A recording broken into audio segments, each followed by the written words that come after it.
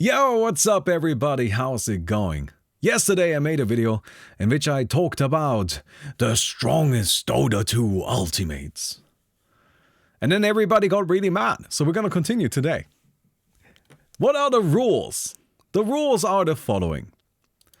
First, we're gonna talk about 3 main criteria: independent strength, peak potential, and reliability. Independent strength is just how strong is the ability. This is entirely subjective, and if you want to argue with me, go right ahead. We're going to consider abilities directly related to the ultimate, however, not necessarily like everything all the time. So to use an example, with Luna, we're going to consider the Q, because really the ultimate without the Q wouldn't do anything, right? That would be kind of silly.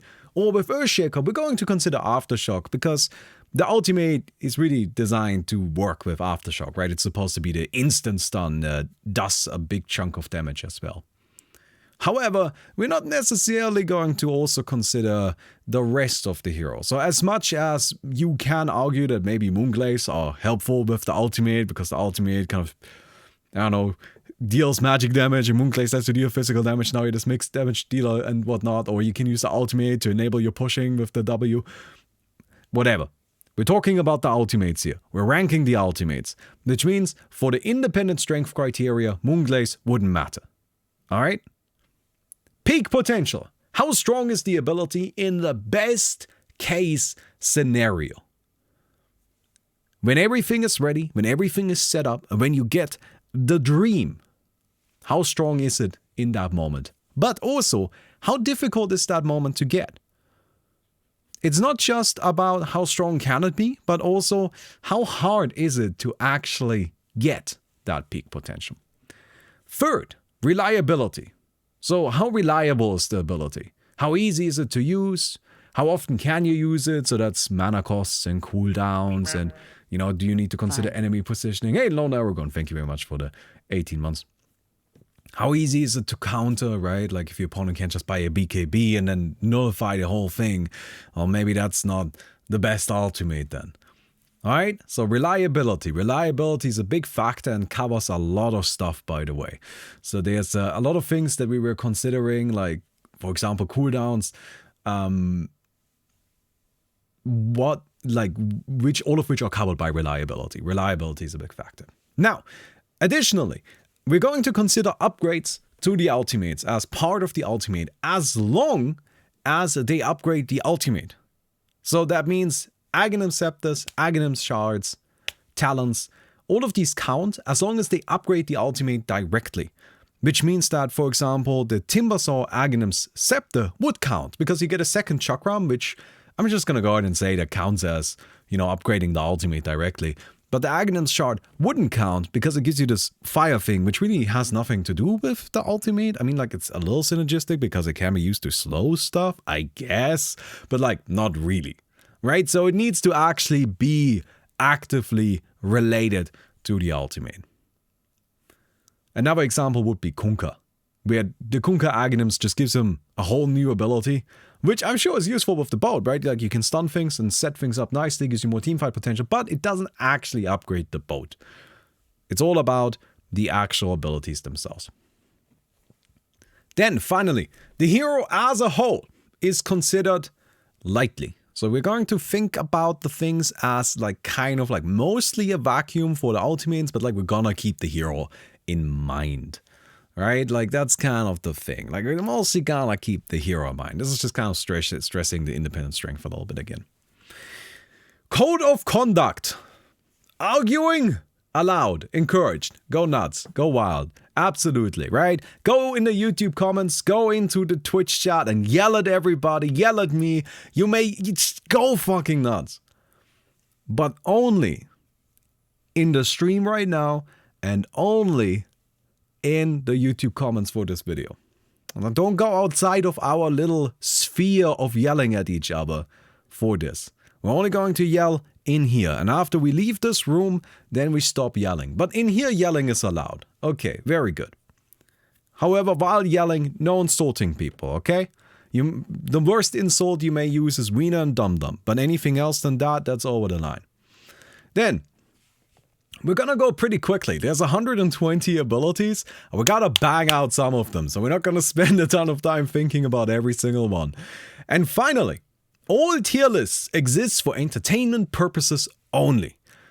They are mostly about having fun with making a tier list. They're not about being correct. Nobody is going to be entirely correct, so we're just gonna have a good time with it. Alright, I think we've established all of our rules, and it is time to head into the ultimate tier list, which honestly just took like quite a long time to set up, actually, because we needed to get all the icons, because I didn't want to just use like the heroes icons, so we actually have all of the icons for all of the abilities, for all of the ultimates. Now, we're not going to chicken out, we're going to rank all of them. That includes Invoke and United We Stand, like that's fine. 10 is the best ability in the game, 1 is the worst ability in the game. So there may only be 1 10 and there may only be 1 1. Everything else needs to be ranked in between. Let's do it! Now, I'm gonna go ahead and say that like a 5 and a 6, that's kind of like average, right? Where a 5 is like slightly below average, 6 is like slightly above average. The actual average being 5.5, that doesn't exist. Average is a lie. Averages don't exist. Alright, let's just start from the top. Here, Mars Ultimate is like a 6. Immediately starting with the controversial stuff. Look! Its reliability is just not that good because you can't just BKB and walk out of it. It's really good before you have BKB. It's really good before you have BKB, but after you get a BKB, after your opponents have BKBs, they just kind of walk out of it and it doesn't do anything anymore. So I'm gonna say it's great for kind of like early game, mid game stuff until people have something to deal with it, at which point it's not so good anymore. Sniper Ultimate, I'm gonna put that at a 5 as well. It's sometimes funny. Aghanim Scepter actually makes a big fat stun, does some damage, but like, oh, well, it's not that sick. Alright, this bad boy, I didn't expect to put this one that highly. I'm gonna put this Astral Step really, really highly. But, the thing about it just actually does a ton of damage, allows you for really nice positioning. It sets up for all of its other abilities, which I know, like, we're mostly talking about it in a vacuum a little, but like, look, it just synergizes so nicely. It sets up for everything else. It lets him go in, lets him go out. It can do multiple hits on multiple enemies. It's just nasty. And mostly the thing about it just does way too much damage. Like, that's just the thing. It just does way too much damage. Bad Juju, that's a 9. If I could have Bad Juju on, like, any hero, I would, right? Like, I don't think there's a lot of heroes where I wouldn't be happy to just trade out their ultimate for Bad Juju. I would trade out the Mars ultimate for Bad Juju any day of the week. Right? It's just Bad Juju. Bad Juju is just really, really good. It has 50% fat cooldown reduction coupled with the minus armor. It's good on Dazzle. It would be good on pretty much any hero. It's filthy, not just because of the ability cooldown reduction, but also because it reduces the cooldown of items. That's why I say, like, if I could have Bad Juju on a Phantom Assassin, I feel like that wouldn't be too bad, because I can just reduce Manta, BKB, you know, Blink Dagger. Like, you can put it on a carry and all of a sudden they can just flex with their items. I don't know. I feel like a Phantom Assassin that didn't have Coup but had Bad Juju instead would maybe actually be a better hero. And that kind of tells me that Bad Juju is a nuts ability. Alright, Storm Spirit Ultimate. So Storm Spirit Ultimate I find a little bit difficult to rank here.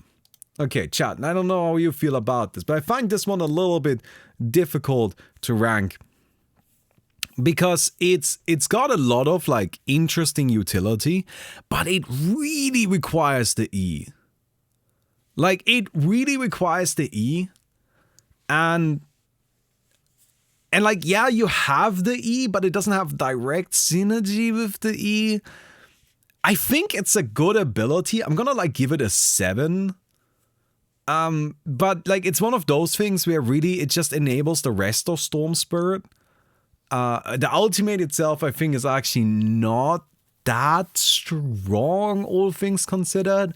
It's just like Storm Spirit overall actually has some good abilities. Like, that's the thing about Storm Spirit, right? Like, the Q is a good nuke. It's just kind of difficult to hit people with it. And the W is a really good ability just in general, but again, kind of a short cast range. The E does a lot of damage, but you need to cast spells frequently to get it. And the ultimate just kind of fixes those problems. Like, it lets you get close, and it lets you cast often. But the ability itself isn't like that crazy, right? I think it's worse than Astral Step, like in a vacuum. It requires more build around, it requires more things. Like, part of the ultimate is that it's like, it's a bit difficult to actually really make work on its own. It just requires a lot of stuff. Maybe I should actually put these rules on here. All right, let me actually really quickly just grab this, and I'm just gonna go ahead and cut this down a little bit so we have this on the screen. There you go. I mean, it's a little bit annoying like that, but this way we can see the main criteria. Hello. Right? Like, I think the independent strength of the Storm Spirit Ultimate is pretty bad. Its peak potential is also not that good. It's just really goddamn reliable, and it is so reliable that I'm willing to put it pretty highly up there. Hey, Ignazi, thank you so much for the 2 months. Alright, chat, are we cool with that? Okay, Troll Ultimate. Arguably the worst ability in the game. Maybe the only ultimate. Like, I'm gonna start out by putting multiple things into like 1 and 10, which are not to say that these are the final choice, but they are just like what I'm currently considering for it. So Troll Ultimate is a contender for 1, because it's like probably the only ultimate in the entire game that's an active liability. It just makes you worse when you click the button. You pick Troll despite the ultimate. You don't pick Troll for the ultimate. It's just really bad. One of the big problems with it is that it takes control away from you when you use it. And it doesn't really give you much in return. It gives you some lifesteal, which I guess is nice, but Troll has it. You can just buy lifesteal. And it gives you attack speed, which is... Why? Why does it give attack speed? Troll has fervor. Why does he need more attack speed? That is just the most bizarre buff you could give this ultimate. I do not understand it. It's just not that good an ability. And the biggest problem with it really is that you click the button and then you might die because you can't control your hero anymore. And honestly speaking, I think the Troll Ultimate is a good candidate for the worst ultimate in the game. Bedlam. So we gotta also find the other ability. Where is it? Bedlam and Terrorize. So obviously these are gonna be ranked together. Should we rank them together, or should we... We'll rank them at the same time, but we'll rank them independently. It's a little weird. Dark Willow has 2 ultimates, literally, right? So we'll rank them kind of independently, but also we'll do it at the same time. I think Bedlam is by far the worst of them. I'm gonna put it pretty lowly. It's just got a small range. It's kind of difficult to use. It does decent damage, but the damage isn't even that high. I don't think Bedlam is really all that strong. I'm gonna leave it down here at a 3. I think Terrorize is much better. It doesn't have as much like strength or potential. It's just a really reliable ability because it's this big fearing effect. It's a big stun essentially. That is really easy to actually connect because it got a huge AoE, huge cast range. So Terrorize is actually kind of decent, but overall, Dark Willow is one of those heroes where her strength really lies with her normal abilities. She has normal abilities that are strong, but then her actual like ultimate isn't as powerful in my opinion, right? She's kind of like a sniper or like a Mars, right? Which is just like her other abilities are really good. The ultimate isn't really like, yeah. So Bedlam I don't think is really all that strong. it's just really hard to actually do anything with it, and even if you do something with it, it just doesn't do that much. Because like usually a Dark Willow is a support, right? So you activate your Bedlam, and then the enemy carry activates their BKB, and you're dead. So that doesn't really work so well. Anyway, we're gonna go ahead and I'm gonna like split them up like that. I think that seems fair. What do you guys think? Alright, Black Hole. Black Hole is obviously a contester for a 10. Black Hole is... I don't think I'm gonna give it the 10. I'm gonna put it up there. We can argue about it later. Again, we're gonna do the 10s and the 1s at the very end. Black Hole we're gonna put up there. We're gonna argue about it later. Mostly the thing is, it's got incredible independent strength. It got incredible peak potential, right? It can literally win you the game on the fucking spot. There's not a lot of abilities that can do that, but it is so hard to actually connect with it. And if you miss it, it has a 3-minute cooldown. Right? That's the problem with it. It's just, it's got such potential. It is so strong when you get it, but it is just actually really difficult to get it. So I don't think Black Hole deserves the 10, if I'm completely honest, but we're gonna leave it up there for the time being. Abaddon Ultimate. Well, Abaddon Ultimate is one of those really interesting abilities, but I'm actually gonna put it like, an 8. So, Abaddon Ultimate in of itself is not that strong in terms of what it does. Like, it's just actually not that good. It's like 5 seconds of invincibility, which is good, but like in a way that's just a Shadow Grave, right? What happens most of the time, your ultimate pops and then people stop attacking you. What makes Abaddon Ultimate good though, is that people know you have Abaddon Ultimate, and as long as people think about you as having Abaddon Ultimate, they do not want to kill you, they don't want to commit to fighting you, which then in return means that you get to be pretty safe. Abaddon as a hero can run in really aggressively and heal his team really aggressively, apply buffs really aggressively, because his ultimate supports the rest of the kit by virtue of existing, not even by virtue of being cast. And if an ability can provide that much pressure without even being actively used, then that is a strong ability in my book. That makes it really powerful. But I can't rank it higher because once you actually trigger it, it's just not actually that strong. It doesn't have that much of an immediate impact. Again, it's more of the pressure of knowing you're gonna have to kill the Abaddon kind of twice to really deal with him properly that makes people want to say that like, okay, we'll deal with the Abaddon later. It's just not really worth rushing into it. So I'm gonna say that this Abaddon Ultimate is like pretty low on my ranking. All right, here's gonna be my first maybe controversial take. You guys ready? I'm gonna say this is a solid 7. I like Cooldown. I think Cooldown is a really good ability. Okay. So Cooldown has a really low cooldown. It's got a really low cooldown. It's got like a 60-second cooldown. You can just keep blasting cooldown in every goddamn fight. It is easy to just throw it out. It actually does really good damage if you hit multiple enemies, which is easy to do because it's got a huge fucking AoE. And if you hit enemies, then it deals a lot of damage, but most importantly, it's a huge slow, which keeps people in place for Flak Cannon. Now, I know Flak Cannon isn't part of the independent strength, but this is an ability that, to me, it succeeds because of reliability again. That's what the number 7 slot is. That's really reliable spells. Like, cooldown is something where every fight you can throw out cooldown, it's gonna come down, it's gonna connect with 1 or 2 heroes.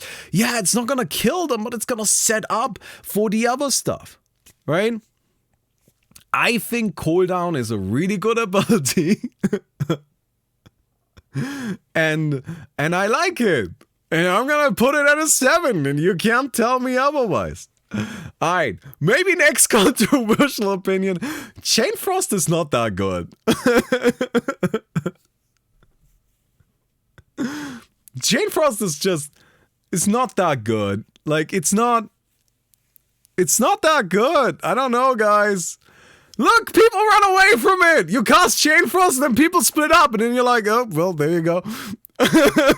No, they're okay, I guess. Okay, well, I threw out Chain Frost. That sure stunned, did a nuke right there. Look, Chain Frost most of the time is just another key. Oh, I'm gonna rank it a little higher. Actually, sorry, apologies. Chain Frost has way more peak potential. Yes, I was disrespecting the peak potential there. Chain Frost, very low on reliability. It is low on reliability. However, it has that peak potential. Where if there's like two enemies right next to each other, you throw double kill instantaneously, right? Entire enemy team in the black hole, you get a whole bunch of kills. Yes, okay, I'll bump it up a little bit for that.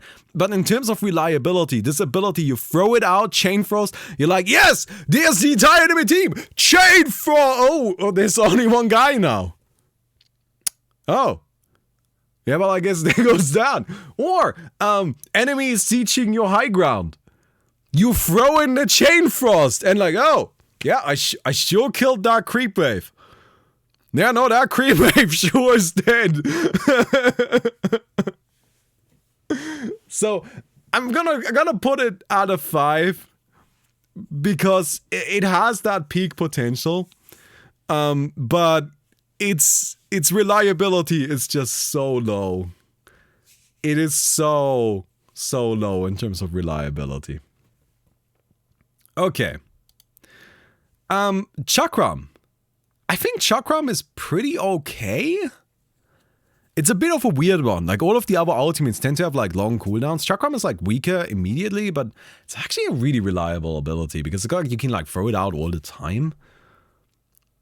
I mean, it's probably at least as good. Is it better than these? Well, let's think about Timbersaw. Timbersaw's abilities are actually not that good. And how Chakram is actually pretty powerful.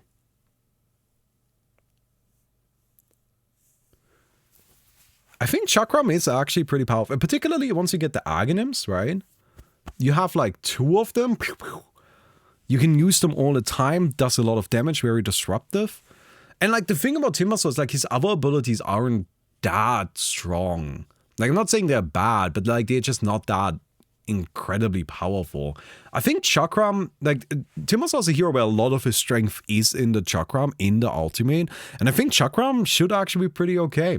Like, it's got a good slowing effect. Yeah, exactly. It's got a good damage over time. You need to build for it, that's true, but you don't need to build for it as much as even with the Storm Spirit ultimate. If you get Aghanims, you get the second Chakram, which is wild. You just get the ultimate twice. They've got low cooldown, very spammable, decent damage output. I think that's actually pretty alright. Like, again, like, I think the problem there is really just that it's not... It doesn't feel like the other ultimates, so it's a little bit weirder. Alright. Okay, Chaotic Offering, can we agree on that? That one, we eat that all the way up there, right? Like, Chaotic Offering is just a straight up, like a 9 out of 10. Because it's huge team fight, easy to clap people. Actually, I think this could be a candidate for the 10. Let's put it in the 10 for now. You get a huge summon that's like legitimately as strong as a hero for the early game. It's easy to throw out. It does, just the summon, like, again, does a huge amount of damage, stuns the entire enemy team. It's got great upgrades with Aghanims, Refresher, with the talents for it, synergizes well with your other abilities. It's actually just really powerful. The main problem with it is that it kind of falls off in the later stages, but that way, hopefully, your other abilities come in. Alright. Again, the 10s right now are just candidates for the 10s. Just want to be clear about that.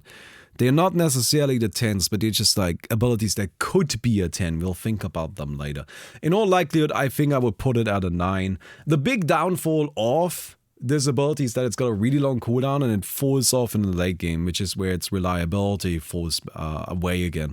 It gets a reliability bonus just because the ultimate is easy to use, but it loses it again because past a certain point, your opponents can just kill the golem, and they can also just, you know, wait it out because it's got a really long cooldown. So yeah, kind of like in that range. Okay, I don't know what to do with Alchemist. I think this is probably a 9 out of 10. Maybe that's too generous. I don't know. So the thing I can say about Alchemist Ultimate is that Alchemist Ultimate, first of all, is the thing that makes Alchemist carry possible. And secondly, I've played enough Legends of Dota that we had to permaban the ability. I don't know how much Legends of Dota you guys played, but Alchemist's ultimate is one of the strongest abilities in the game. As far as independent strength is concerned, this is one of the strongest spells in the entire goddamn game. If you could put this ability on any hero that isn't Alchemist, it would be insane. It would just be absolutely outrageous. The thing is that Chemical Rage is very, very powerful, but Alchemist is not. Alchemist is weak.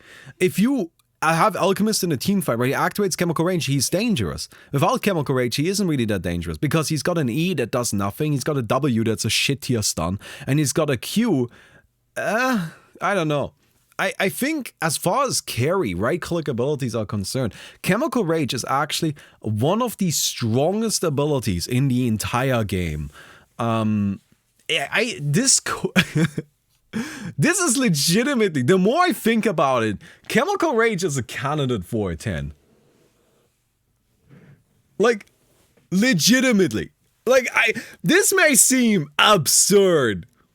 It's a candidate. A Chemical Rage is a god tier ability stuck on a shit tier hero. It's just absolute trash hero with the most god tier ability in the game. You guys have never played Legends of Dota with Chemical Rage. We gotta play some Legends of Dota with Chemical Rage, my friends. Anyway, I think that's a candidate for a 10. Chronosphere, obviously a candidate for a 10. We'll talk about that later. A Riki ultimate, candidate for a 1. One of the worst abilities in the game. It doesn't do anything. That's its biggest problem. That it doesn't do anything.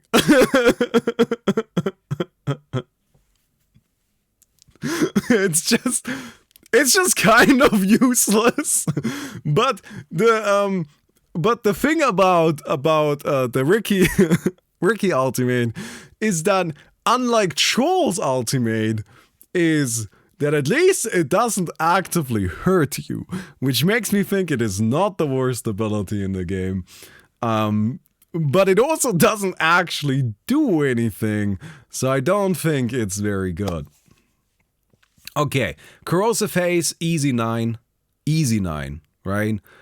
Q is like a 6 now, it's like a 5 out of 10. It's like in this range, I think. Q is 2% more damage output than Tiny's tree. Except you need to be level 18. And it's your ultimate. And you can't crit with it. So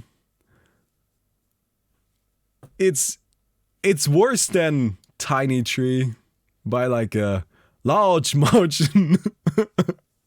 And if your ability is worse than like a normal ability, then it starts being a little rough. Yeah, it's probably like a 5 out of 10. Like, Phantom Assassin has other things that make her good. It's mostly like, so like Q works on Phantom Assassin because Phantom Assassin has a really easy time getting attacks in.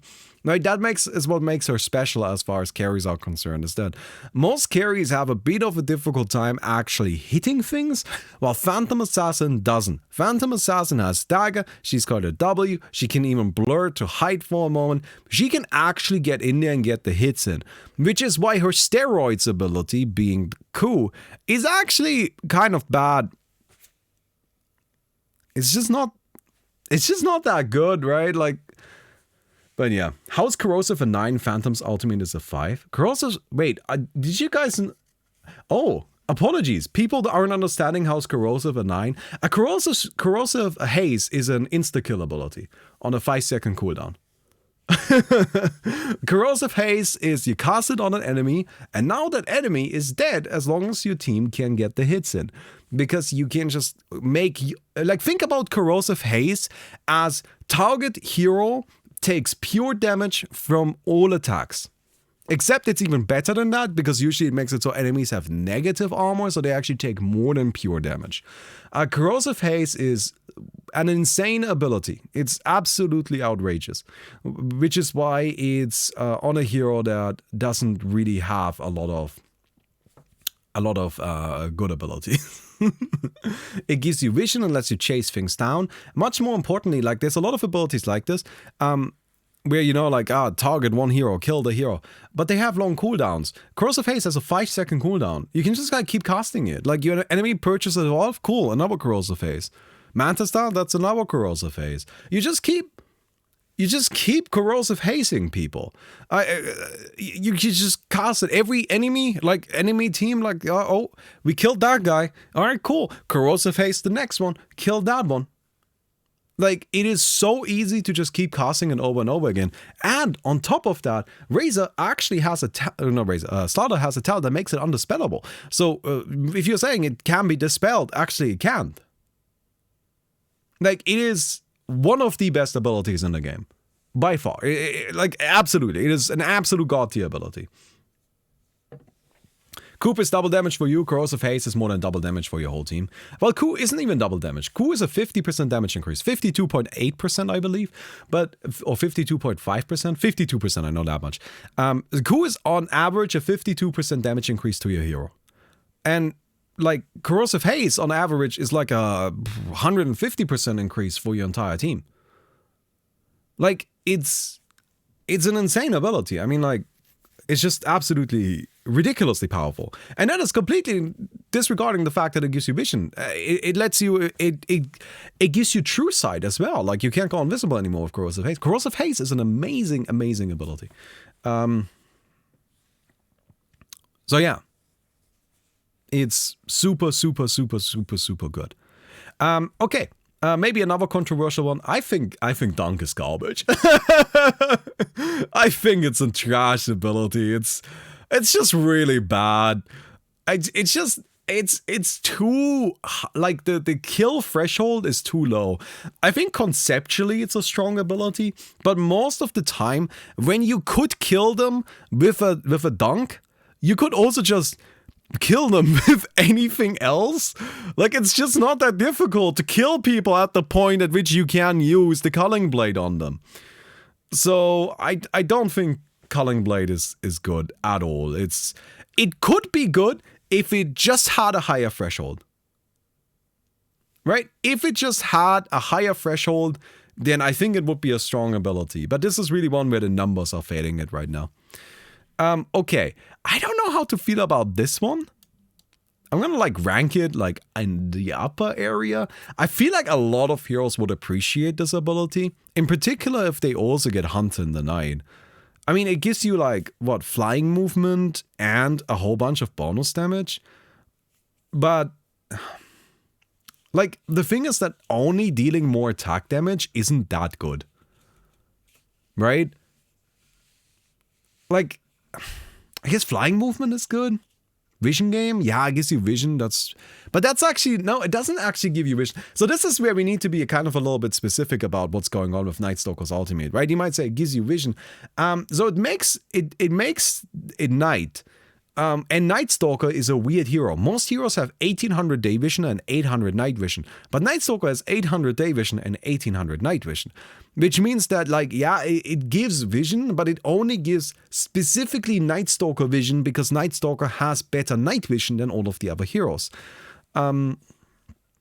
Which is kind of a little, I don't know if that counts for the ultimate. I guess that should count.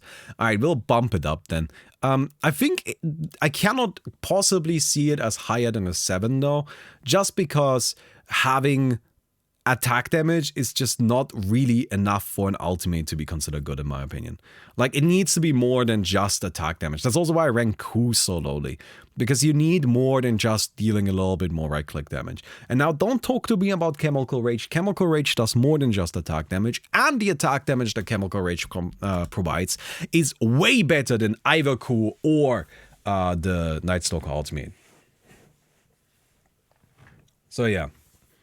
Anyway, okay, so we've got the Underlord ultimate. This is one where a lot of people were actually arguing that is a 1. I disagree, although I don't think it's very powerful. I think it's probably a 2. It's no way it's gonna go into the 1, in my opinion. Is it? I don't know. No. So Underlord's ultimate is a bit weird.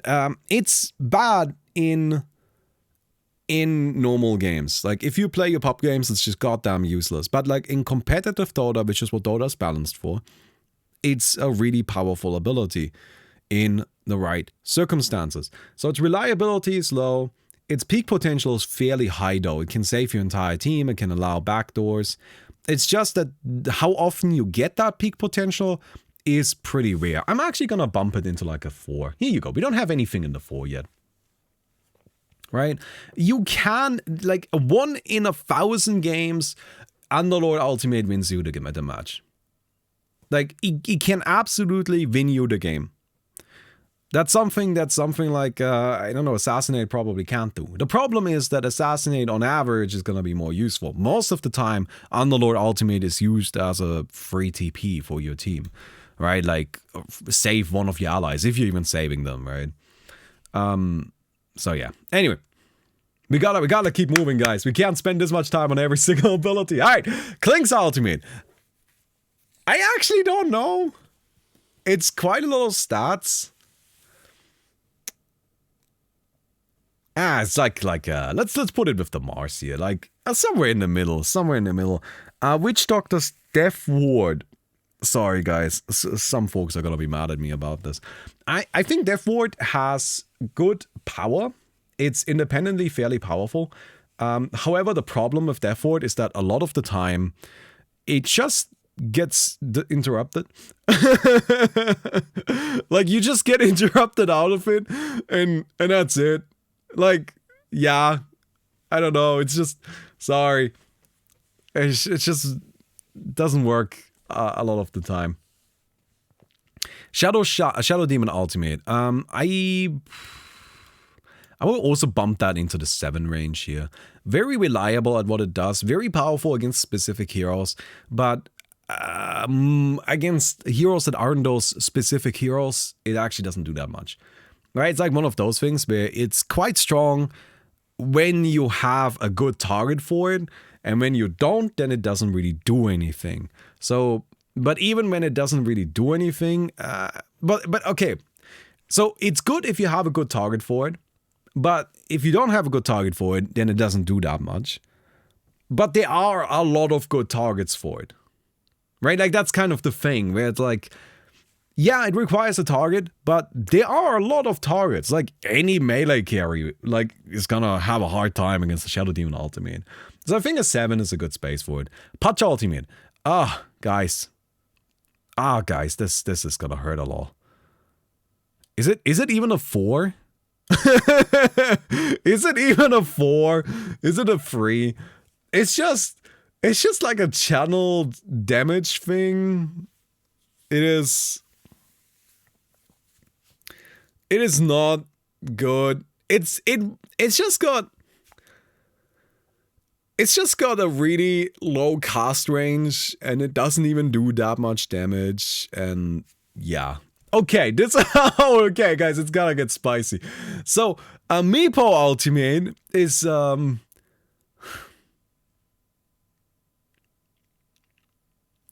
I don't know. Okay. Let's go through our criteria. Independent strength. It gives you more of your hero. Well, that's a 10. Peak potential. Well, you have more of your hero. Like, that's it. You already, yeah, okay, that's there. Okay, all right. Reliability. How reliable is it? Well, the problem with having more of your hero is that there's also more of you that can be killed, which definitely can happen. It's like one of the few abilities where I would even say that, like, the micromanagement is actually something you really do have to consider. Would I want Meepo Ultimate on other heroes? Who do I want a Meepo Ultimate on?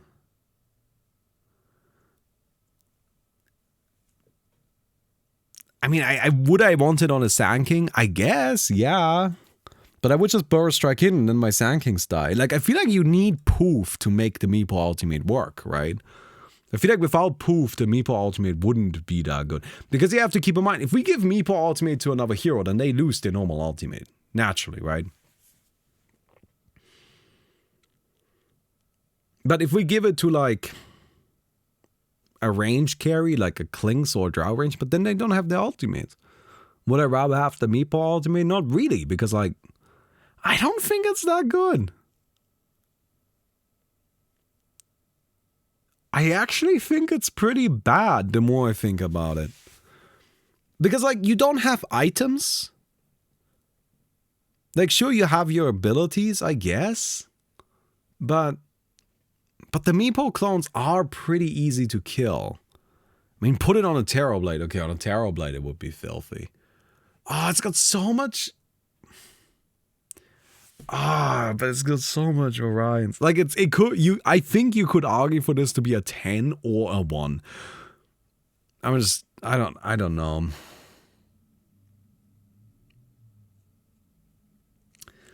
I mean, you also get affected by like AoE multiple times. Like all of the sudden, Chain Frost just fucking kills you.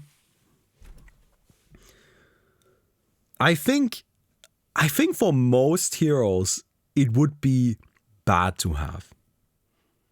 I think most heroes would prefer their normal ultimate over Meepo ultimate. So I'm gonna put it at like a 4. But I don't know. I have no idea about this one. Just don't sue me over this. Oh my god, we got a lot to go through. Okay, Doom, candidate for 10. We'll get to it later. Dream Coil, very easy to use, very reliable, very powerful when you get it. 8. That's solid. Duel doesn't actually do much. That's gonna be like a 3 from me. Like, Duel is Legion Commander's worst ability, right? 6? You guys crazy? How's Duel a 6? I don't think Duel is that good. Because, like, you can just die. It scales infinitely. Oh, is that what you're invoking? Are you saying the peak potential of Duel is infinity, meaning that any of the other values we are subtracting from it means we still have infinite potential, which means by default it is a 10. Shut the fuck up! I don't want to hear about it. That does not count. You do not... No!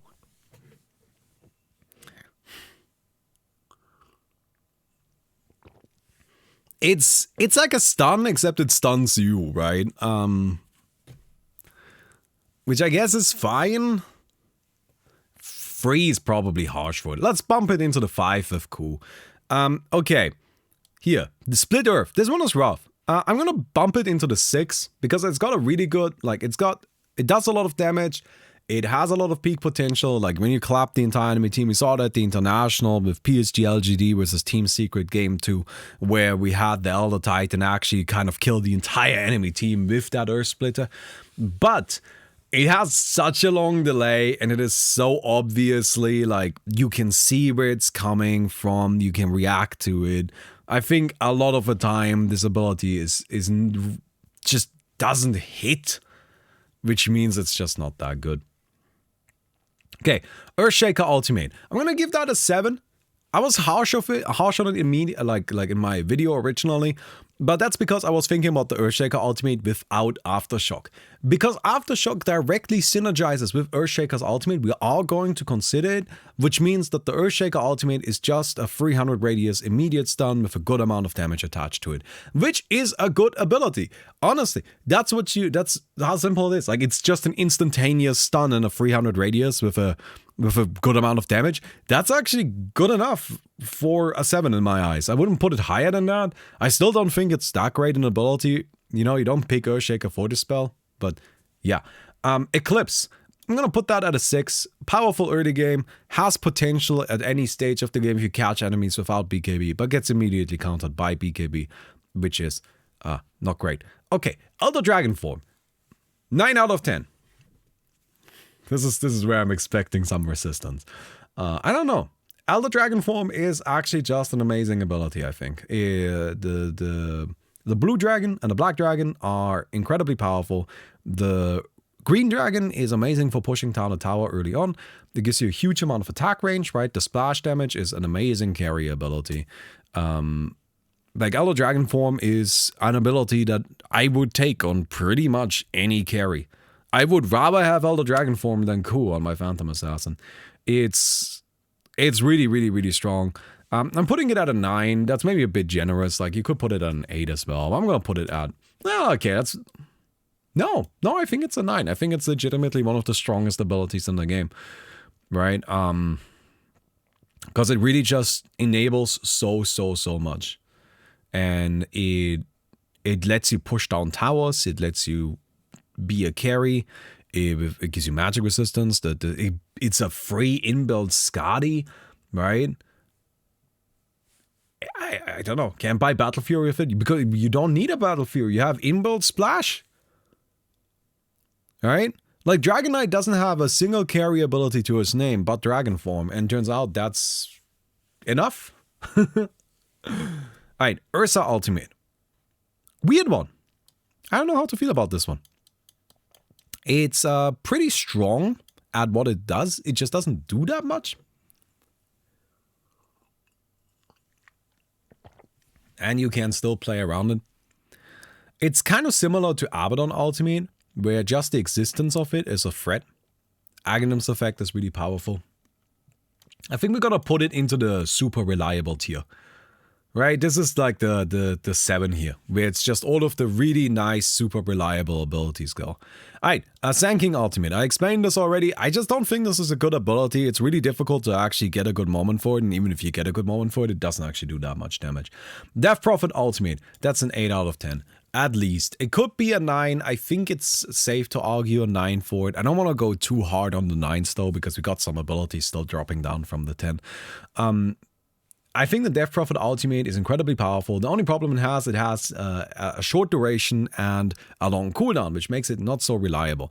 When it is going on, you can break down bases in a second. You can break down a tower at level 6. You can break down like barracks at level 12, no problem. It makes it so that you're pretty much guaranteed to win any team fight while the ultimate is active. The main problem with it is that it only has a 35-second duration. So if you activate it, your opponents can employ the secret strategy called running away, and then when they're running away, it kind of sucks.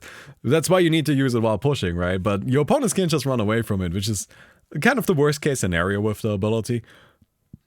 But the sheer power potential of it is, yeah, it's there in my opinion. I think it's really, really nice. And yeah, we'll just pop it in there. Again, we've got a lot of abilities to go through. There's Bane. Let's pop Bane into the 9. I think Bane is even a candidate for a 10. Bane is a 9 because it's just so goddamn reliable. And it's more reliable than the reliability tier because it pierces BKB. You just click on a guy and the guy is stunned. And there's nothing they can do. It's just Bane is just... You get a guy, easy peasy.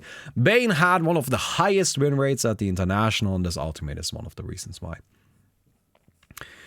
We have Razor Ultimate, which I think is like a mediocre ability, honestly.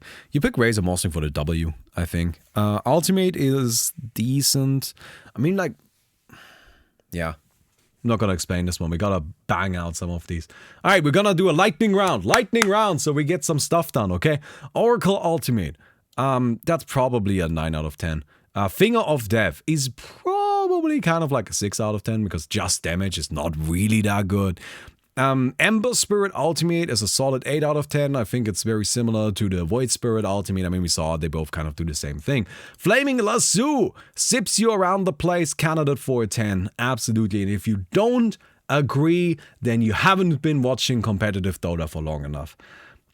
Undying Ultimate makes you big, makes you chunky, but doesn't actually really do anything outside of that. Windrunner Ultimate gives you attack damage, but it's actually not really that good to just have attack damage, so it goes into the 5. Freezing Field, huge peak potential, but sadly, it actually is kind of difficult to properly connect with it. Like, you want to connect with it, but you can't, because people just kind of run away from it. So we're gonna go ahead and put that in kind of like the 4 here. I think it's got a huge potential when you deal. I mean, in case you didn't know, but Freezing Field actually does the most damage out of any ability in the entire goddamn game. Problem is, of course, connecting with it and your Crystal Maiden. Like that's, you gotta keep that, your Crystal Maiden. So you don't have a BKB. So there goes that. Boat, actually a god tier ability. This one might also be a little controversial, but Boat is a AoE stun that bypasses BKB, does a good amount of damage, deals a lot of damage at level 1 already, and it gives you the fucking most insane buff. 50% damage reduction is incredible. The only reason why I'm not putting it higher is because it is a little difficult to land. Right? Like, it's just like kind of hard to actually connect with it. But yeah, Boat is amazing. Global Silence candidate for 10. God Strength. God Strength is also just an ability that gives damage, but I'm actually gonna bump it a little bit higher than the other abilities that give damage, because God Strength gives way more damage than the other abilities. Like, it is just really, really powerful. I'm gonna put it in a 7 because it just is so much damage that God's Strength gives. But yeah. Grow. I'm gonna put Grow up there as well with God's Strength. Grow isn't actually really that good in terms of its damage output. That's not why I'm putting it here. I'm putting it here for the armor. The armor just makes it so that it... I mean, like, damn, I would take that ability on other heroes if I could. But the armor is an absurd amount of armor. That's why Tiny is tanky. That's it. If you've ever wondered why is Tiny tanky, Grow, because it gives a shit ton of armor for nothing. So yeah, I think this ability is, it is a Dragon's Blood. No, it's twice the armor of Dragon's Blood. Like, it's twice as much. I think Grow is pretty powerful. I wouldn't put it higher than this though. I can see putting it lower. Alright, let's put it lower. You lose attack speed if you have it. Let's put it lower. I don't think it's better than the Clink's buff here. Omni Knight's ultimate. Actually, like, amazing. Right? Like, actually an amazing ultimate. Just an incredible ability. I don't think it's a candidate for a 10 because you can nullify it. And because, you know, like, there's non-physical damage. But as far as keeping things alive against physical damage, there is nothing better. It just doesn't exist. If your team's struggling with physical damage, Omni Knight Ultimate is the answer. There's nothing in the game that will do a better job. Okay, we've got Chen Healing. Chen Healing, sadly, I don't think is all that good. It's one of those things where if it was more healing, then it would be better. But yeah. Haunt. Candidate for a 10, maybe? Probably not. I'm gonna bump it in a 9 as well. By the way, you might be wondering, why is this so top heavy? Well, these are fucking ultimates. A lot of them are gonna be good. There's gonna be more good than bad ultimates, guys. That's just how it's gonna be. Like, it's just, yeah, you know. But yeah, Haunt is very, very, very, very good, I think. It just is... Yeah, anyway, that's all I have to say. Hookshot is like a... Actually, it's a pretty good ability, right? Kind of reliable. Let's put in reliability tier. Ice Blast is, again, it's like an absolutely insane ability. Infest, I'm gonna put that a little lower. It's just like kind of difficult to really get a lot of use out of it. Invoke. Trash.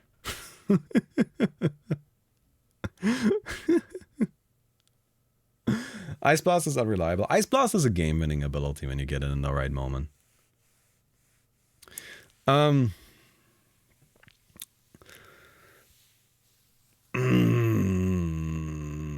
don't know what to do with Invoke.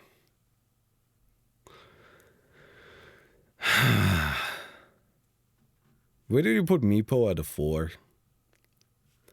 Well, Invoke is better than Meepo Ultimate, because like it just lets you actually have access to so many different things, right? I'm gonna put Invoke here and I'm not gonna explain it any further. I'm just gonna put it there. You guys just have, there you go. It's just, we gotta put it right there. Invoke is ignorable, no. because it is just so different than others. Well, I said we should ignore Invoke. I said we should add a tier for weird stuff and then put Invoke in there. But chat insisted that I do not do that and we have to actually rank it. So I'm gonna put it at a 6 out of 10 because I think it's kind of what makes the hero work. I don't know. Okay. Juxtapose. I think Juxtapose is, again, it's like one of the better carry abilities, one of the better right-click abilities. Laguna Blade. Actually not that good. We'll put it in the 6 out of 10 with Finger of Death. It's probably a little better than Finger of Death, but also maybe not. I don't know. A Life Break. Actual garbage, right? Actual utter trash. I mean, it's like a Finger of Death, but you also Finger of Death yourself. Yeah, cool, I guess. But like, how about we don't do that? So yeah, actual trash. No, it's actually God tier on that hero. Excuse you. Huskar is one of the only heroes not picked at the International. So it is not God tier on that hero, because that hero is as far removed from God tier as it can be. So it's actual trash, like the rest of Huskar. Go back in the dumpster.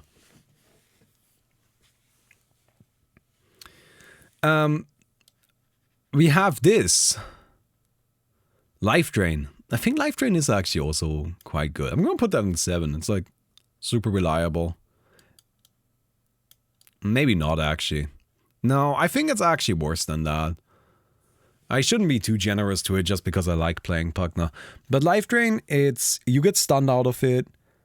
And much more importantly, like, there was so much like Skadi and shit running around, like the healing will just get shut down. And Pugna is just such a squishy boy, he just gets killed, right? I'm gonna just put him at a 5. It just doesn't actually do that much. On that note, Macropire, as far as abilities are concerned, actually does quite a lot in my opinion.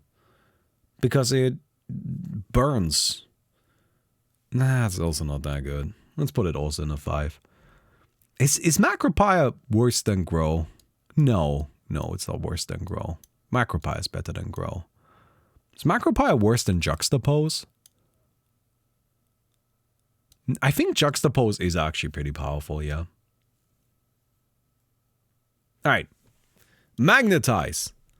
I actually have no goddamn idea. I hardly know what this ability does. So, if anybody can explain what this ability does, that would be great. And then please also tell me how I should rank it, because I can't answer that.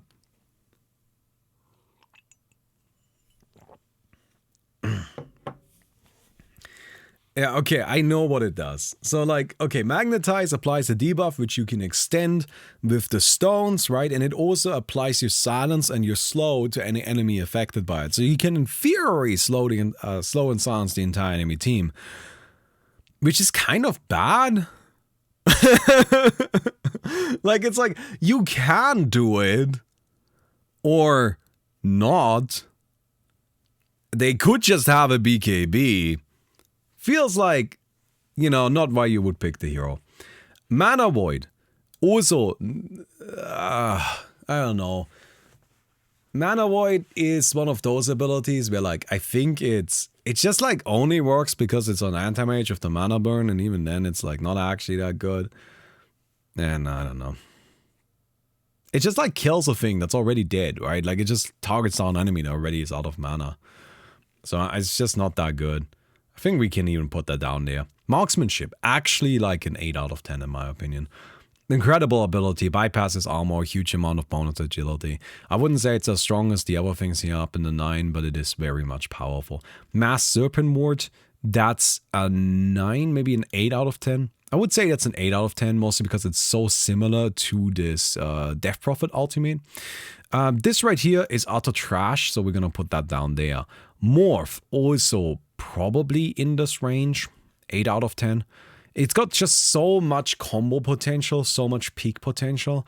It's actually probably better than that. Morph is probably a 9 out of 10.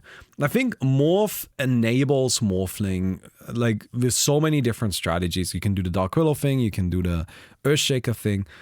You can really just incorporate it into your playstyle more than you can other abilities. I feel like with Marksmanship or Bow or Ice Blast, these are just an ability I have, while Morph is an ability that I play. I am the Morphling. So I think Morph is actually just straight up a 9 out of 10.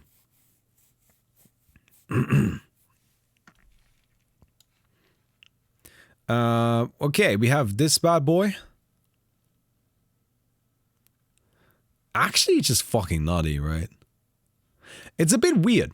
This is one that I wish I could rank based on early game and late game, right? Like, it's so broken in the early game. It is so goddamn broken in the early game. But then once you're past the early game, it starts being kind of useless. So I think a 6 out of 10 is probably appropriate. Alright, that seems fine. Okay, multicast. I don't know what to do with multicast, because if we say if we were to use the same arguments that we had earlier, which is you would take multicast and put it on another hero, then we have to ask ourselves, okay, how does multicast work then? Because if I were to do that, it wouldn't ever trigger. Multicast only works with specifically Ogre Magi abilities. It only works with Ogre Magi abilities. It doesn't work with anything else. If I were to just put multicast on another hero, it wouldn't ever activate. Which means we would then have to take multicast and we would have to inherently change the ability to activate with non-Ogre Magi abilities. Which means that, sure, that kind of makes sense, but we are actually changing what the ability is. Like, that's not how it works in Dota. So it's probably still a candidate for a 10, right? I think we have to assume that if we were to put multicast on any hero that isn't Ogre Magi, then that hero would also have multicast. We'll put it up there for now and then think back on it later. Scarif Mage thing, it's just a bunch of damage. We'll put it in the bunch of damage column. This ability is actually just kind of mediocre. I think it's like a 4 out of 10. Like, at least it's a stun that's easy to use. Like, I think it being a stun that is easy to use makes it alright. But, yeah. Never Swap. Actually one of the better abilities in the game. And I will die on that hill. I will die on that hill. I think Never Swap is one of the best abilities in the game. I think Never Swap is incredibly useful. It gets you in and out of situations that nothing else could. So very powerful. Omni Slash. Omni Slash goes into the column of like the better right-click abilities. Actually, I'm going to put Omni Slash a little higher. I think as far as right-click abilities are concerned, Omni Slash is one of the strongest right-click abilities in the game. It is, it just scales up so nicely. It's pretty much a guaranteed kill, and it's very hard to counter. Pretty much the only thing that will do it is like a Yules or a Ghost Scepter, but Juggernaut can just buy a Nullifier, and then that deals with that. I think it's pretty good. Okay. What is this right here? Overgrow. Well, I think that goes into the reliability tier, right? Moonlight Shadow at the bottom is all you need to know about this dude's opinion. Okay, explain to me why is Moonlight Shadow good? No, my friend. You don't get to just come in here and talk shit. You can't just say, no, Baumi, you're wrong. You need to tell me, Baumi, you're wrong. Here's why. Why is Moonlight Shadow good? Global invisibility, okay, cool, I have gem.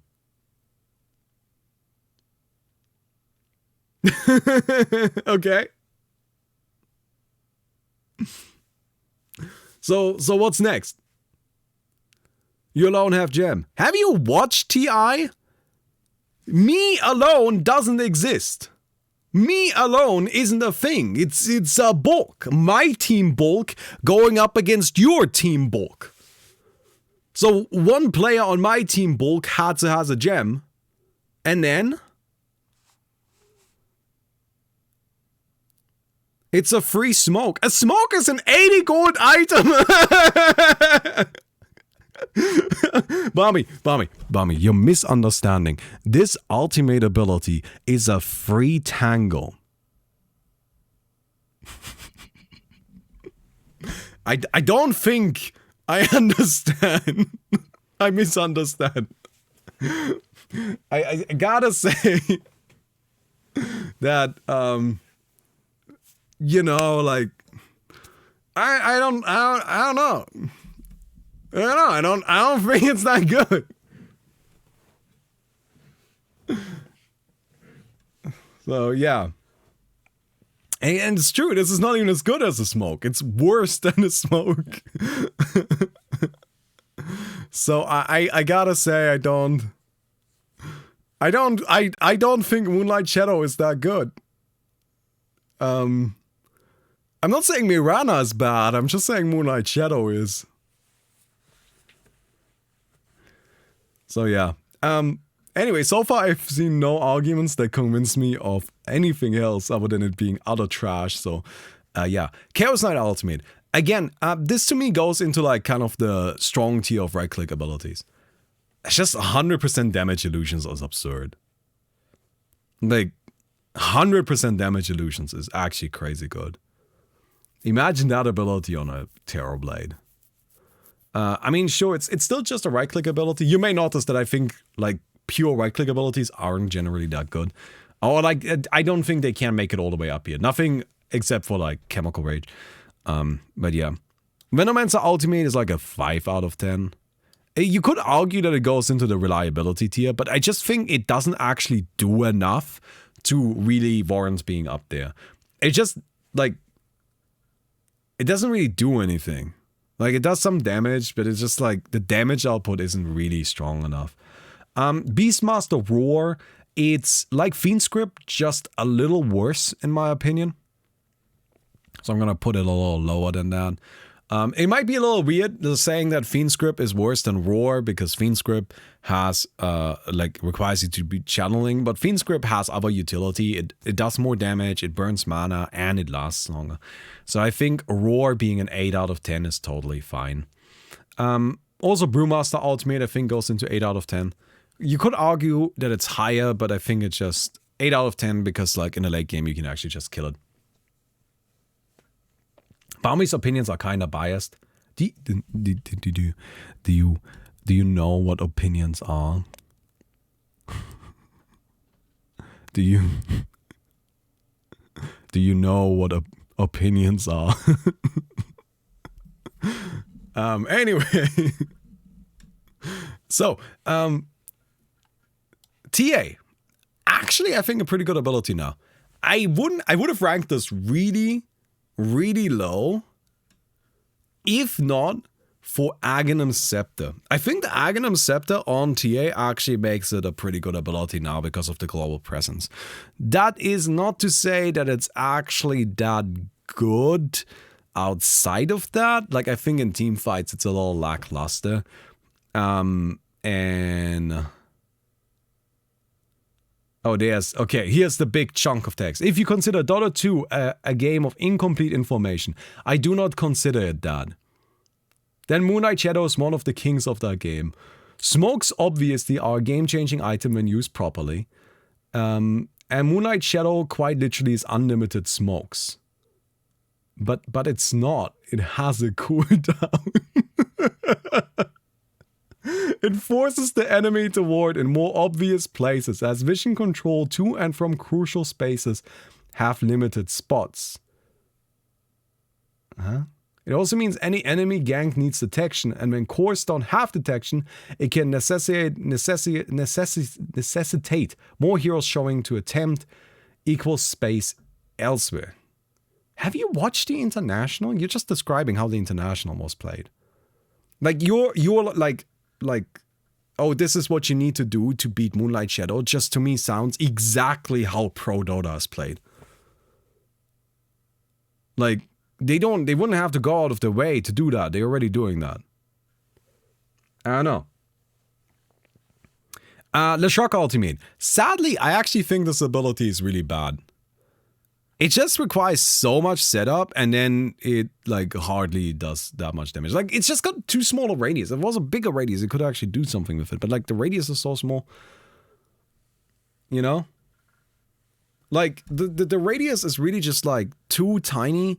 Like, yeah, by the time you are strong enough to actually do something with it, your opponents have BKB as well. I don't know. Ravage. Ravage to me is a candidate for the 10 slot. Reaper Scythe, also a candidate for up here. I don't know how high up there. Probably an 8. I can see Reaper Scythe at a 9, but I don't want to have too many 9s. I'm going to put that at an 8. I think Reaper Scythe, like, I don't know. It's just like a killer guy, right? But it's like not that simple. It has some setup. Like, you can't just click Reaper Scythe and then actually kill somebody. If it's still disabled buyback, absolutely 10. If it disabled buyback, it would be up there, but like, not quite. Okay. Let's put it in the 9. Because like, Necrophos is another one of those heroes where like the rest of his abilities are kind of not that good. Like, let's be real. Like, the other abilities, like, I'm not saying they're bad. I'm just saying their numbers could be higher. But they're not because of Reaper Scythe. So I'm going to put Reaper Scythe up there. Mostly because like, in the right moments, it's absolutely fucking brutal, right? Like, if you get a Reaper Scythe on an enemy carrier for buyback, you win the game. And that is not an incredibly difficult scenario to achieve. Right? Like, the peak potential and reliability ratio is really good here. While it's not necessarily the strongest effect right away, it requires some setup. So I would say its independent strength isn't that high, but the peak is easy to reach, and it is not that unlikely that she will get it. Like, the reliability is really good with it. So yeah. Okay, Rearm. We're going to put Rearm into 10, and then I will tell you why Rearm is not a 10. But we're going to put Rearm up there because we'll talk about it later, alright?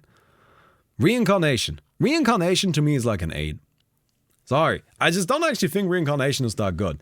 Like, I feel like you could have Wraith King without Reincarnation, but then just having an ultimate that actually does something. I'm not saying that Reincarnation is bad. Reincarnation is definitely a good ability, right? I have it at an 8. But I don't think it's like a game-breaking ability. You could have a hero with Reincarnation or with a better ultimate, right? Like, but Reincarnation is still a good ability to have. I mean, I think an 8 is maybe even generous for it. Relocate. Oh, that's a weird one. Probably a 9? Probably a 9, right? I'm assuming you have the tether. I think you need to have the tether. If you don't have tether, then obviously this ability is absolute trash. But with tether, I think relocate, I mean, gives you global presence to 2 of your heroes and allows for a lot of like saving and such. I think it's a 9, maybe an 8. Let's say it's an 8. It's fine. It's fine. Techie's Minds. Well, that's like 2 probably. Shadow Fiend Ultimate. Yeah, probably this one's gonna hurt this is gonna hurt my soul. Comparable to Underlord Ultimate. I don't think that Relocate is comparable to Underlord Ultimate at all. Because Underlord Ultimate needs to be cast on a unit. Relocate can be cast anywhere. And that makes it a much, much better effect. Underlord is limited in where you can put it. Yeah. Shadow Fiend Ultimate is, I mean, I like Shadow Fiend. I'm gonna bump him up. I'm gonna bump him up a little bit. I think he's better than the stuff in 5, but he's not much better. He's like a 5.5. Sorry, I love Shadow Fiend. I just think his ultimate is like a low whack. In the right moments, it can do a lot of damage, but the right moments are just kind of hard to find. Right? Relocate is horrible, man. What? How is Relocate bad? How is that controversial? Alright, chat, put your rating for Relocate into chat right now. 3, 2, 1, go. I cannot believe, no way. Oh, there you go, see, alright. Alright, okay, it's not just me. No, Relocate is a good ability. Again, I'm kind of torn between an 8 and a 9 on that one. I think that could be higher. RP, candidate for a 10. If I'm completely honest, my current 10. I think that's probably gonna be my 10. Pango Ultimate, actually just a good ability, very reliable. Doesn't do that much, but it's so easy to get value out of it. I'm gonna put it in the 7. Rupture, is like a little worse. It just can do a lot of damage, so I'm gonna put it in 6. But it also can not do that. Battle Trance is actually a 10, since it makes you attack anything whether you want to or not. It's basically a way to stop playing Dota on a 1-minute cooldown, and for that reason alone, it's a 10. Well, that's a good argument. Thank you very much, Lord TGA5. Appreciate it. I think actually a 6 is maybe too generous for this. Let's put it at a 5. Like, it can do a lot of damage, but you can counter it by just, like, going AFK. And, like, generally speaking, that's not the best look for an ability. I'm actually really, like, talking this thing down here. OD Ultimate. I never... Can I make a confession, chat? Can I make a confession? I never have a goddamn idea how much damage OD Ultimate is gonna do. I just never know. I just click it, and then I hope it does a lot of damage. I don't really know how much it's gonna do. I'm just kind of like, well, I'm sure it's gonna do some. And that's it. So, you know, I guess, yeah, that's the advantage of the OD Ultimate. Yeah, for sure, you can just... It's a 10 because it doesn't require you to think, which is a huge win if you ask me.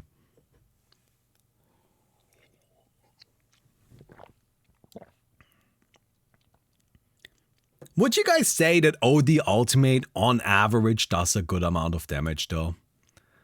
Like, again, I never have an idea how much damage it's gonna do, but I would say that most of the time it does a good amount. And because it has a big AoE and, you know, I'm gonna say that's a 7. Slug Ultimate. I think Slug Ultimate is actually really good. And it's not just because it makes you like invincible for a little while in the fight and heals you up, right? But also because it is so goddamn useful during the early game. Like, you can use it to go in the jungle and farm up there. You can use it during a laning. As soon as you get it, you basically become invincible for a little while because you just can't really like be harassed anymore. It's really just the passive region aspect that makes it super powerful, in my opinion. I don't know. I actually think the Slug Ultimate is a very, very useful ability. Like, it's one of those things. Slug is just a weird hero. He's got 2 abilities that are kind of complete trash and an Essence Shift and the Ultimate, which are really good. Maybe a 9 is too generous, though. I'm thinking I have too many 9s. I should probably bump some of these down into the 8s. Well, I'm keeping Dragon Form up there, though. I think Dragon Form is sick. Lycan Ultimate. Funnily enough, I would say that's like a 7. And I would put it lower by itself. But I think the Aghanim's, like, that's kind of where it's like, I think using Lycan Ultimate on yourself is a 6 out of 10. But I think using it on somebody else is like an 8 out of 10. So I'm gonna put it at a 7. That okay with everybody? I just think like it's like, you know, the fact that you can use it on allies with the Aghanims, I think that makes it. And I'm gonna count that as part of the ability, right? Like, because it's not a whole new spell, it's just the actual ability. Okay, Sharpshooter. Disgusting damage. I'm gonna put that at a 7 as well. This is one where, like, it's in the reliability tier, even though it's not that reliable. It's in the reliability tier because its damage output is just so high, even though it's actually kind of difficult to connect with sometimes. So I'm gonna put that here just because it does so much damage, even though its reliability factor is pretty low. It's just really, really strong. This right here, Solar Guardian, is a 9, possibly a 10. Global Presence with no downside is absolutely absurd. The Aghanim Scepter protects your team. It comes in with a stun, damage, healing. I mean, frankly speaking, I don't know what else they could have slapped on that ability to make it even stronger. That's a bit absurd. I think it's a candidate for a 10, but I'm not going to put it there because I don't see it as being better than RP, so I'm just going to remove it. I'm not even going to bother. Naga Ultimate. Super situational, so I'm going to put it as 6. Queen of Pain, very reliable, that's a 7. This right here is also just, I don't know what it's called. I forgot it. Well, what is this? Soulbind, there you go. It's probably too generous, honestly. I think a lot of the time this does nothing. A lot of the time this is just a slow. Yeah, it has a lot of peak potential, but it's just unreliable. And yeah, most of the time it doesn't really do that much. Spiders. So you need the webs to even be able to use this, but when you can use it, I don't know. The thing is that this is not really an ultimate, right? Like it's just one of those weird things where they didn't know how to balance the hero, so they just moved her annoying thing into the ultimate. I don't really know how I'm gonna rank this. I'm just gonna put it a 6 out of 10. Spell Steal. Okay, genuinely, I think Spell Steal is an 8 out of 10. I've actually been thinking about this a lot. That's why I immediately had it. How good is Spell Steal? So, Spell Steal has a few things. It's every ability in the game. So you could say, well, as a result, it is a 5 out of 10 by default, right? It's like an average ability. But it's not actually every ability in the game. Spell Steal is the good abilities in the game, because that's what you're going to use it on. So, since you're only stealing the good abilities, you have a lot of peak potential, right? And it's actually pretty reliable in terms of getting you an ability, but it's not always reliable in terms of getting you a good ability, because, you know, your opponent might wait with the RP to RP you, and then good luck stealing that. So, it's reliable in terms of, like, you have something, but it's unreliable in the way of you getting that perfect thing. So, I feel an 8 out of 10 is appropriate. It is a very good ability. And it, of course, can be anything there is. It's also just kind of super cool, and it has a low cooldown, so you can just kind of keep trying. But at the same time, it is just so difficult to actually get the perfect steal that I can't put it higher than this. I think this is probably the highest that is appropriate. Coddle. That's like a 2 out of 10, right? No, I don't know. I mean, what does it do? It gives you cast range and movement speed? Lets you automatically cast the Q. So it would be completely useless on any other hero. I don't know. It's just like, I don't know. It's just not that good. So yeah, I'm just gonna put him at a 2 here. Centaur Ultimate, actually a very good ability, very reliable again. Like, we have a lot of stuff in this like 7 range here. Static Storm, huge peak potential, but a little difficult to actually set up. Of course, if it has Aghanims, it can beat BKB, but oftentimes you won't have Aghanims, so BKB does usually beat it, but it still is overall very useful. Stone Gaze, similarly huge team fighting ability that is quite reliable. Your opponents can play around it, but playing around it usually sucks. You don't want to deal with it, but it forces you to deal with it, so it's strong. The birds, I have no goddamn clues. I'm going to put them next to the spiders and immediately move on. Sunder, actually just not that good.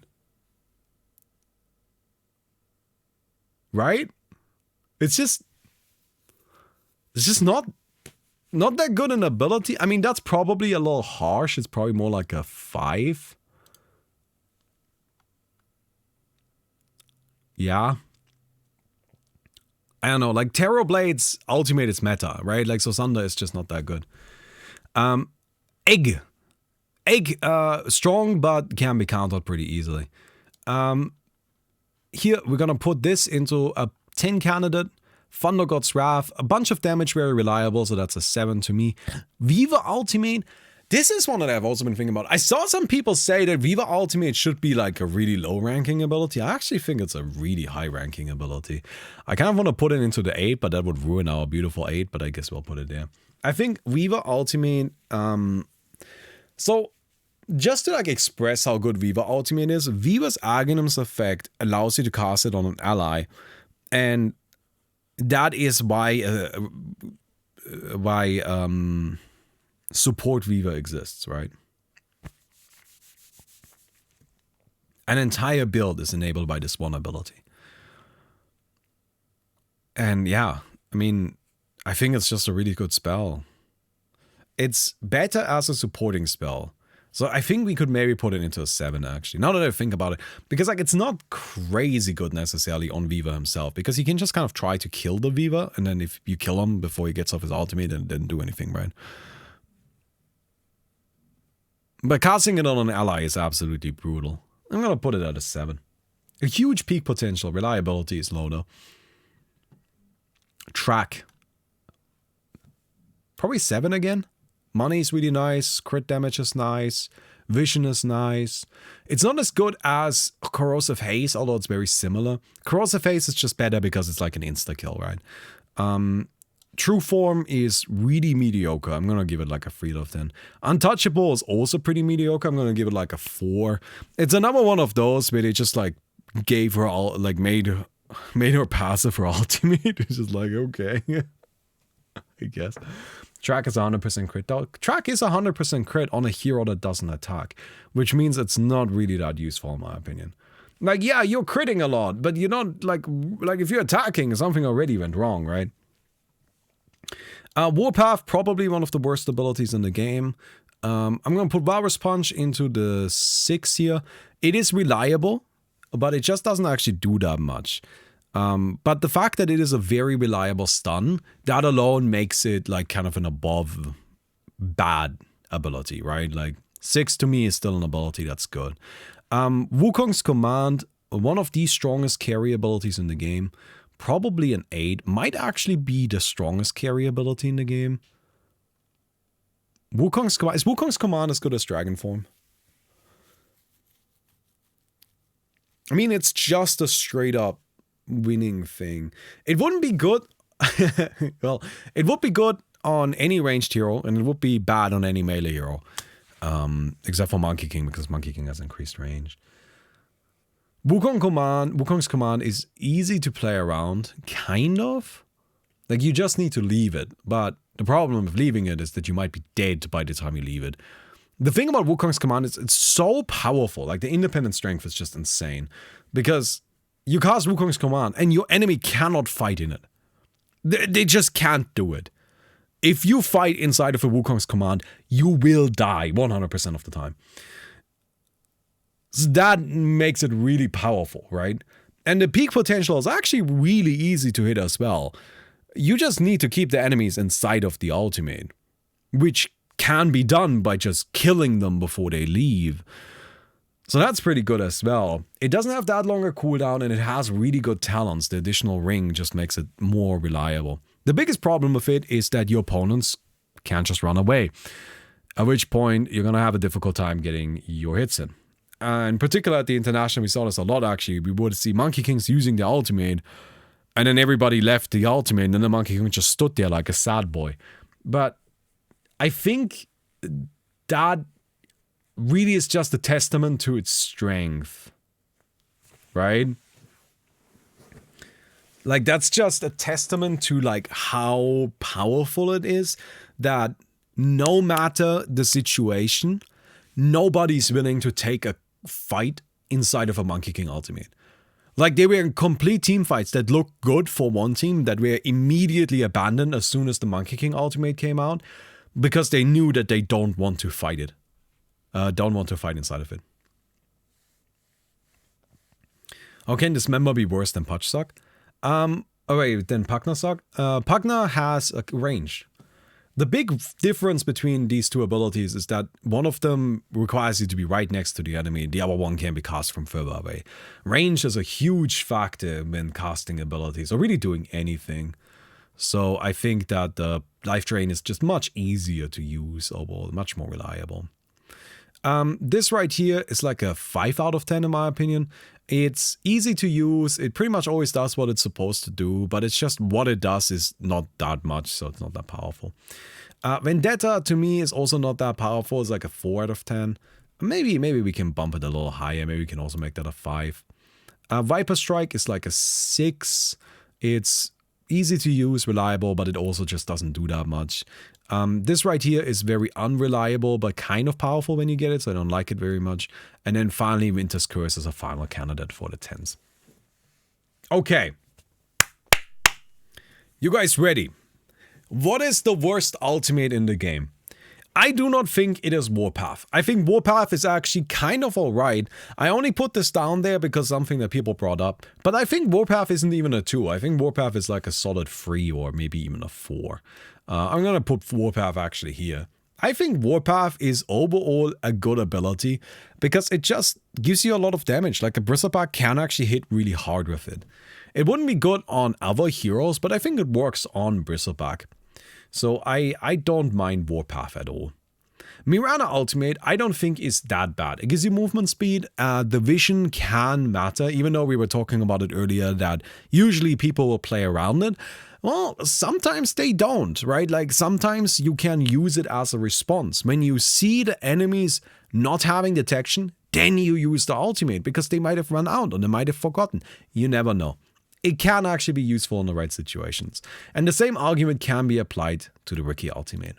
To me, Troll Warlord's ultimate is the worst ultimate in the game because it is the only ability that can be an active detriment to your hero.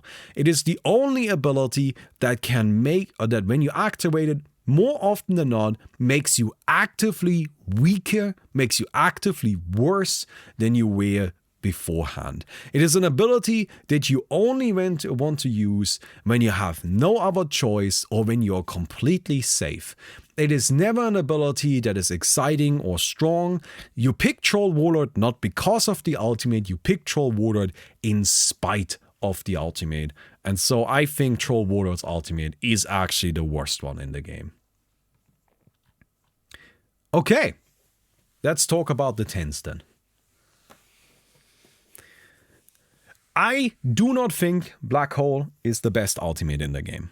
I think Black Hole is very powerful, but it is too unreliable. You need to get the entire enemy team in there to really guarantee that it's gonna work, and that just doesn't happen that often. If that was something that happened often, then Enigma would be the most picked hero in the game. He isn't. That's because hitting a black hole on multiple heroes is kind of hard. I think part of that is, funnily enough, people have just gotten so used to Enigma that they are ready to play around it at all points in time. Everybody knows what Enigma is trying to do, so everybody's always ready for playing around Enigma. Which, ironically enough, is kind of like a little bit unfortunate, right? It's like people are ready to play around Black Hole, which makes Black Hole worse, and people are ready to play around Black Hole because Black Hole is so powerful. But nonetheless, I don't think you can ignore the fact that pretty much everybody knows how to play around it. It is also just not that difficult to actually play around.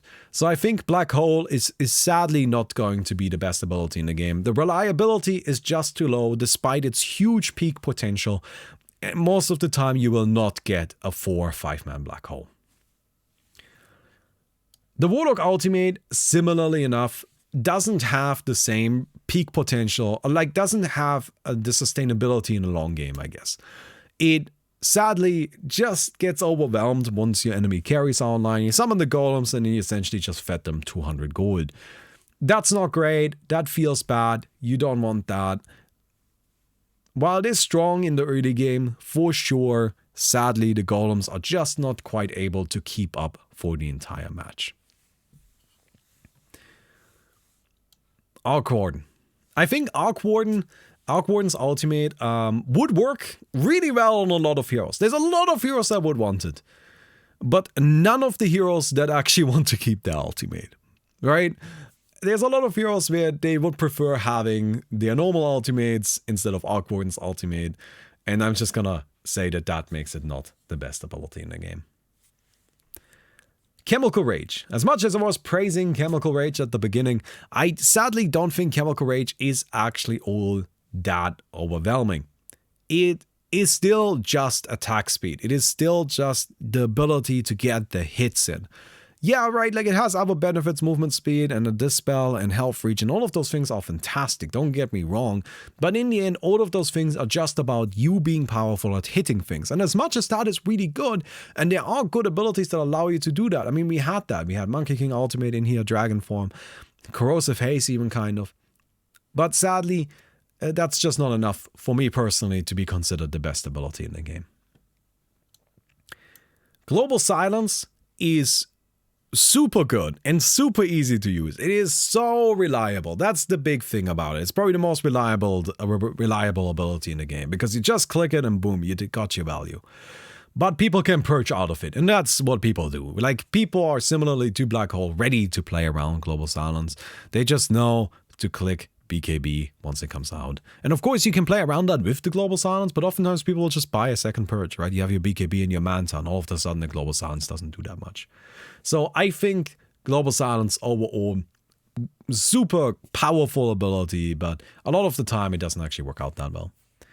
Now this is where I might get a little bit of flack, a little bit of controversial here, but I don't think Chronosphere is the best ability in the game. I think Chronosphere is incredibly powerful in terms of enabling one hero again. It is similar to Monkey King's Ultimate or Dragon Form or Alchemist's Ultimate, but it just, like, it has more peak potential. I would say it's better than those, to be honest, because you can, in theory, trap the entire enemy team, and then your entire team is outside, and then you nuke them down.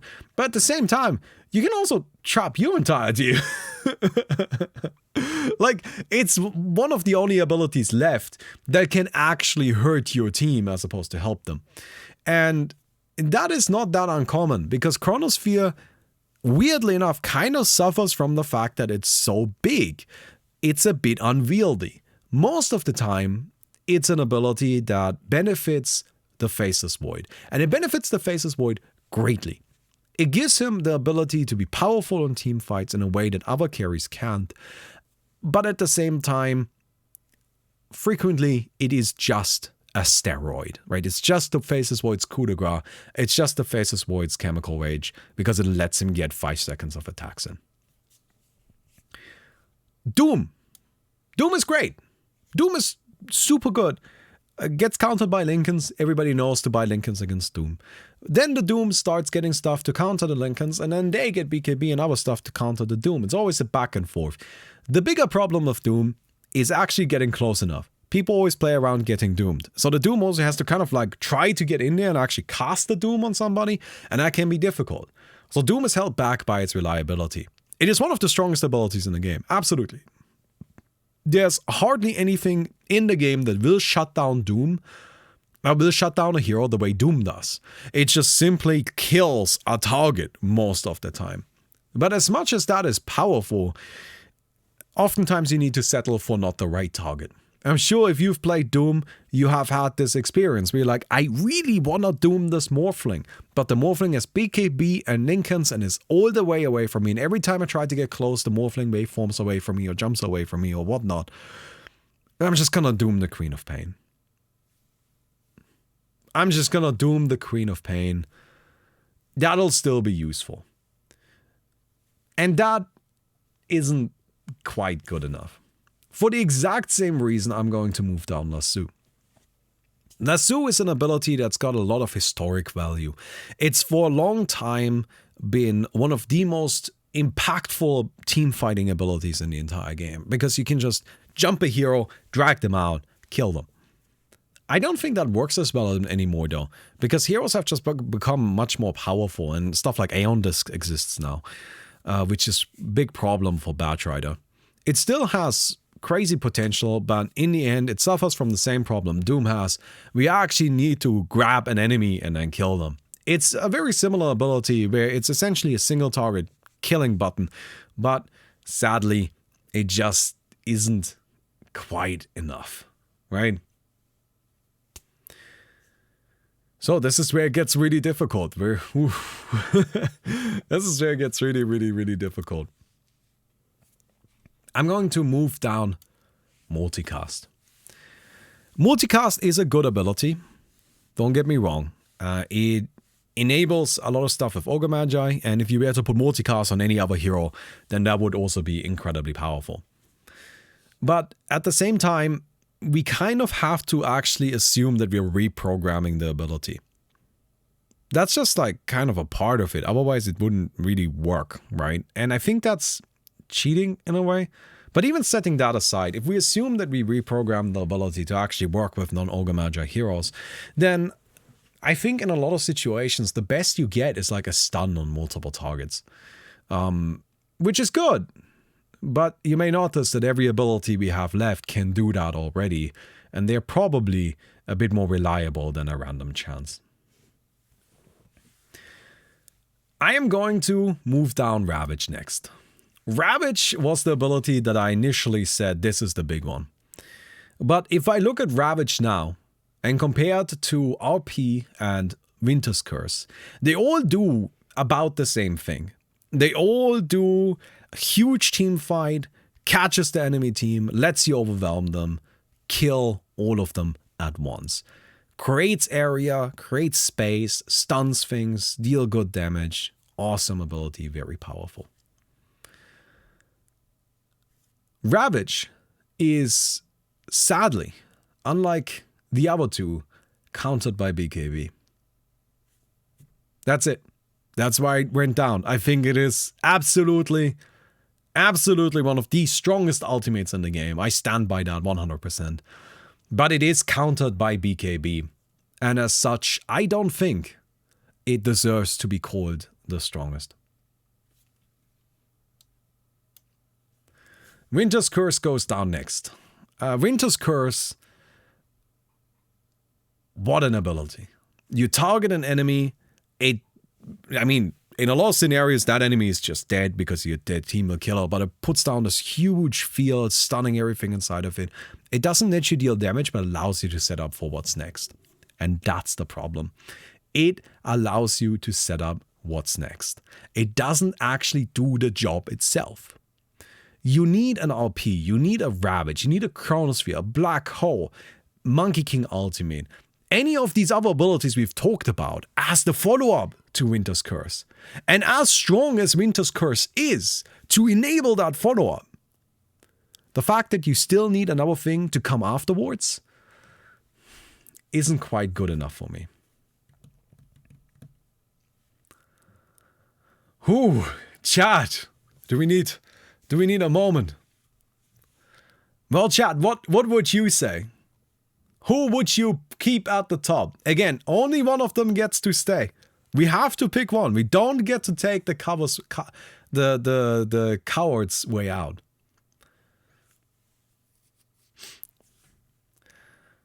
It's gotta be one of them.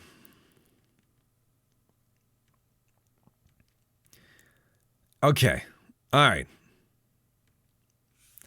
Well, I'm gonna go ahead and make my decision. I'm gonna take Rearm, and I'm actually gonna move it down here.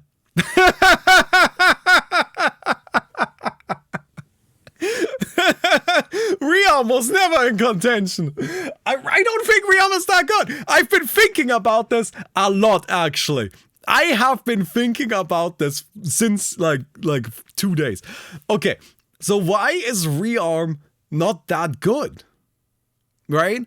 Because Rearm has a huge ban list of stuff. And that may sound like cheating, but the thing is, it just has a huge ban list of things that it doesn't work with. And we can't remove that. That's part of the ability, which means pretty much the only things that are left are abilities that work with Tinker. So you're just left with Tinker. You're just left with Tinker.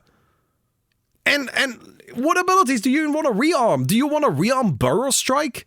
Okay, just buy a Hex. Like, that's the same thing. Like, rearm is a good ability, don't get me wrong. But it's actually just got too expansive of a ban list that it would work on other heroes. I feel like Rearm, you wouldn't even want to put it on that many other heroes. I honestly think a 6 for Rearm is generous. It could be lower. Sure, you get a 0-second cooldown TP with it. That is Nature's Prophet's teleport. That is a basic ability. That's not even an ultimate. Like, The badness is a testament to its strength, not weakness. Sure, but it exists. You can't take the badness away. If we remove the badness from rearm, then absolutely it would be broken as shit. But then we have a different ability. That's not the ability as it exists. And I don't think we should allow that. To me, that's not reasonable. Rearm as it exists has been very carefully balanced to work with Tinker. And it wouldn't really work with anybody else. Even when we play with Rearm and Legends of Dota, even when we did that, you know what we would use it with? Omni Knight Ultimate, Silencer Ultimate, Zeus Ultimate. Do you notice a problem here? These are all ultimates. With the way we've been thinking about the way, okay, like if we take this ability and put it on another hero, that would then replace their ultimate, right? Which means that the way we've been thinking about it doesn't allow for two ultimates on the same hero. So, who do you want to even put Rearm on? Like, who do you want to put it on? I don't see anyone. Like, Tombstone, sure, I guess. Is Rearm Tombstone seriously the best ability in the game? Like, I don't know. I just don't see it, right? Like, that just doesn't strike me as the best thing in the game. Like, it's actually really difficult to really set something up with it. I think Rearm is really powerful on Tinker, but I don't think you would even have a good time making it work on anybody else. So yeah, RP, in my mind, is the number one.